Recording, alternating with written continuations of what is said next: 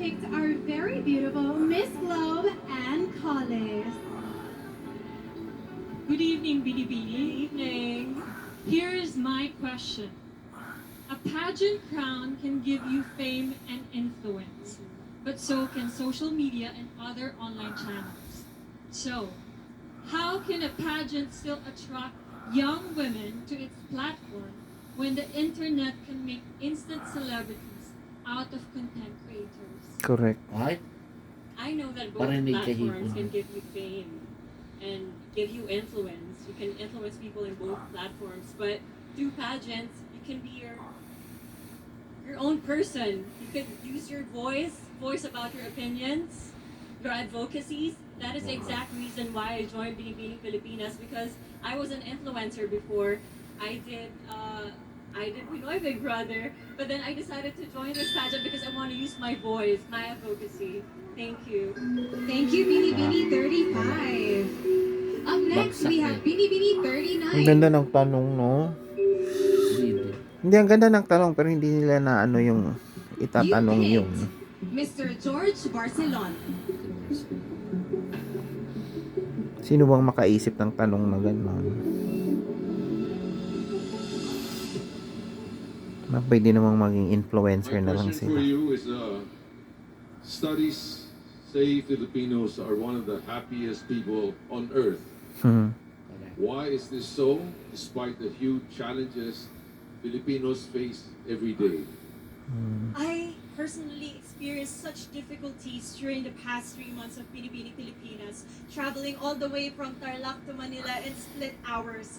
And I know that Filipinos are happy because we love to do our passion, our purpose in life. And that is the greatest reason why we are happy. And I know I am happy right now, and I hope you are too. Thank you so much. Yes. Thank you, Binibini 39. Up next, we have Binibini Hindi 40. rin nasagot ng Please pick a judge or a guest panelist. kinalaman. Why ang nga eh, di ba? And you have picked the Honorable Alfredo Pascual. Hello, good evening. Evening. Good evening. Nowadays,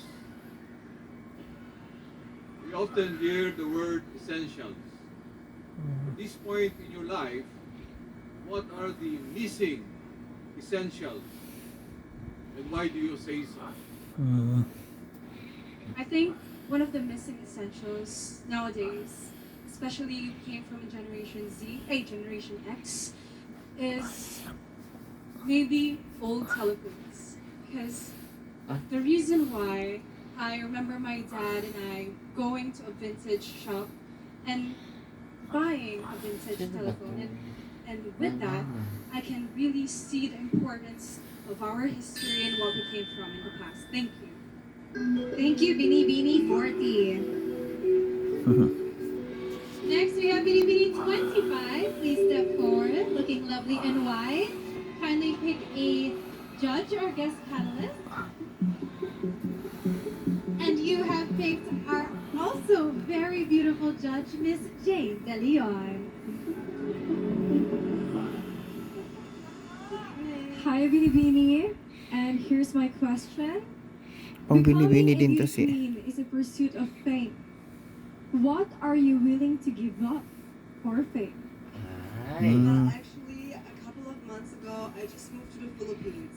My whole life changed. But for me, that wasn't a sacrifice because it was my dream. And I always wanted to be in the Philippines, not only to join Binibining Pilipinas, but also to be closer to my family and to my Filipino heritage. And today, I am living the dream on this stage.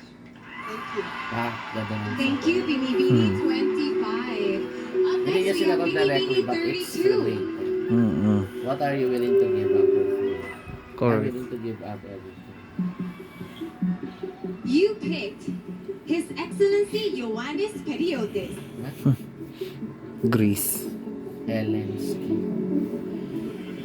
Good evening.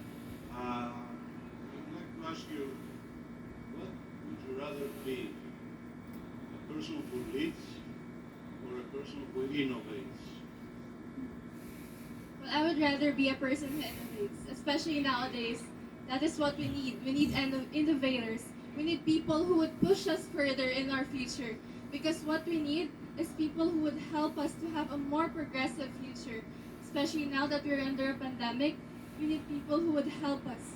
That is why I would love to encourage everyone to become innovators, to push for your decisions in life, and don't be scared to take risks. Thank you. Thank you, Beanie Beanie 32. Ano daw? And last but not least, on Don't our be question and scared to answer take round, we have Beanie Beanie 1. Please step forward. Ayan! Gusto ko yan si Please Stacy. take a glow stick. For the earth! Hindi, tingnan And you natin. have picked Interconnect. our judge, Mr. Joshua Garcia. Ah! Hello, Ganda din. Good evening. magandang gabi. Magandang gabi po. Okay, here's your question. Karen Galman ang dating. Personally, how do you distinguish a historian from a marites? Oh my God, controversial yung A tanong. historian is one who recognizes our painful past with factual evidence, looking back at our rich, vibrant history, and as well at the times when our humanity was trampled on and our heritage was almost erased. If we look at our past, we can surely move onward and upward and rebuild, rise from this pandemic. Kuda talaga siya, and dream Volker. for a safer, healthier, and happier Philippines.